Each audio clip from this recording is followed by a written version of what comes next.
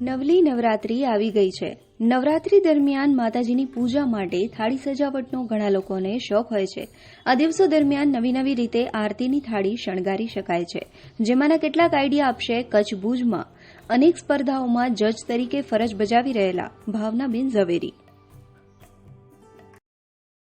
નોરતાની રાત આવે, નોરતાની રાત આવે, નોરતાની રાત. નમસ્કાર, મારું નામ ભાવના ઝવેરી. નવલી નવરાત્રિના દિવસો નજીક આવી રહ્યા છે. એમ કહીએ કે બારણે માતાજી ઊભા છે અને આપણે એના સ્વાગતની તૈયારી કરવાની છે. ઘણા બધાને નવીન શોખ હોય છે કે માતાજીની આરતી હું એવા ભાવથી ઉતારું કે માતાજી પ્રસન્ન થઈ જાય. તો આજે હું તમને નવી નવી રીતે આરતીની થાળી કેવી રીતે શણગારાય, અત્યારના કયા નવા કોન્સેપ્ટ ચાલી રહ્યા છે એના વિશે આપણે થોડી વાત લઈશું.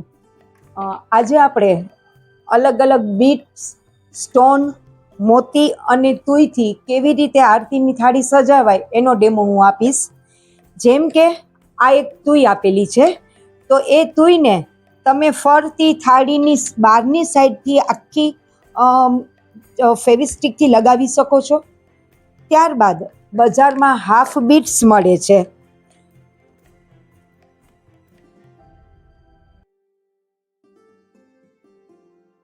અલગ અલગ સ્ટોનથી પણ તમે ડેકોરેશન કરી શકો છો. જેમ કે કલરફુલ સ્ટોન છે, નાના નાના ફૂમતા છે, મોતીના નાના બીટ્સ છે, રેડ, બ્લુ અને વ્હાઈટ સ્ટોનથી ડેકોરેશન કરી તમે આ આવી રીતે મોતી અને બીટ્સની થાળી સજાવી અને માતાજીની આરતીની થાળીમાં લઈ શકો છો.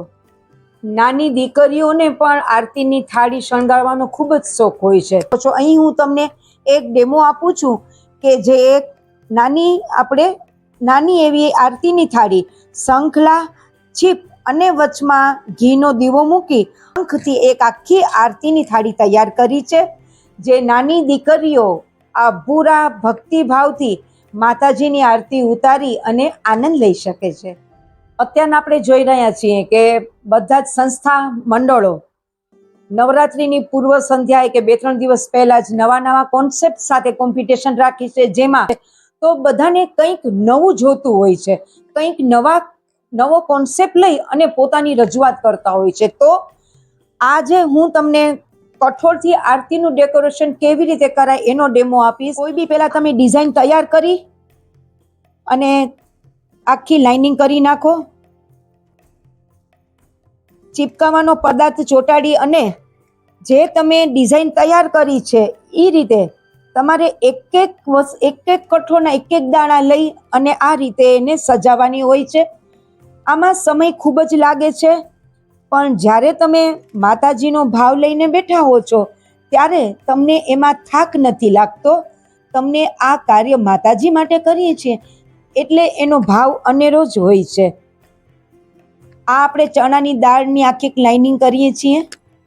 ત્યારબાદ આમાં તમે બીજી લાઇનિંગમાં રાજમા પણ લઈ શકો છો.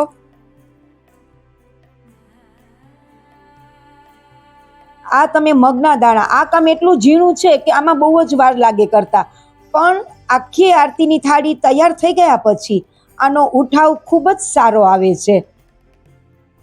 જુઓ, આ રીતે તમે અલગ અલગ ડિઝાઇન કઠોળથી કરી શકો છો. એમાં તમે વટાણા, કાળા અડદ, ચણા, જવ, પીળા વટાણા, લીલા વટાણા, સાબુદાણા, દાણા આ બધું જ યુઝ કરી અને તમે ખૂબ જ સરસ એક આરતીની થાળી તૈયાર કરી પ્રતિયોગિતામાં તમે વિનર થઈ શકો છો.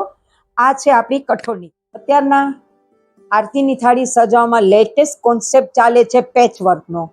જેમ આપણે કચ્છી વર્કના પેચવર્ક આવે છે એમ સિલ્વર ગોલ્ડન તુઈમાં વર્ક કરેલા અલગ અલગ એકદમ નાના 1-1 ઇંચના પેચ આવે છે.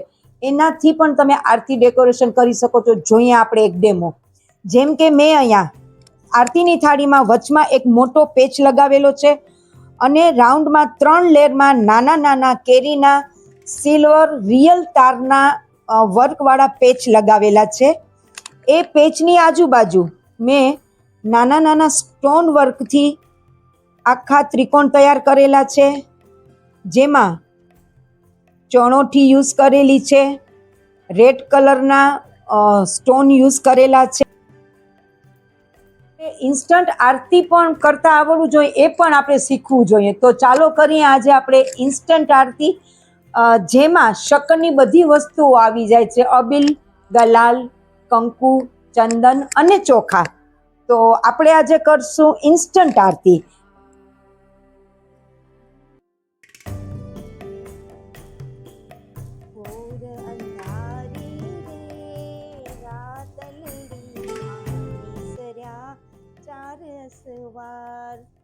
નવરાત્રિની તમને બધાને ઘણી ઘણી શુભકામનાઓ.